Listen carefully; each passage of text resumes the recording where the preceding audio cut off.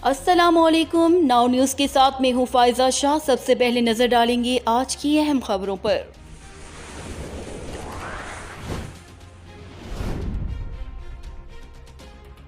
सरगोदा से bureau chief Asad राय की report के मुताबिक सरगोदा रमजान मुबारक का तकद्दस पामाल करने वाले होटलों के खिलाफ इंतजामिया का ऑपरेशन।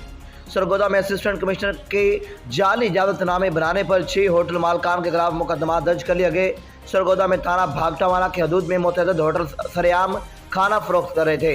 सरगोदा में असिस्टेंट कमिश्नर के हुक्म पर मजिस्ट्रेट सूबा खान ने होटल खोलने का इजाजतनामा चेक किया तो वो तमाम के तमाम जाले निकले।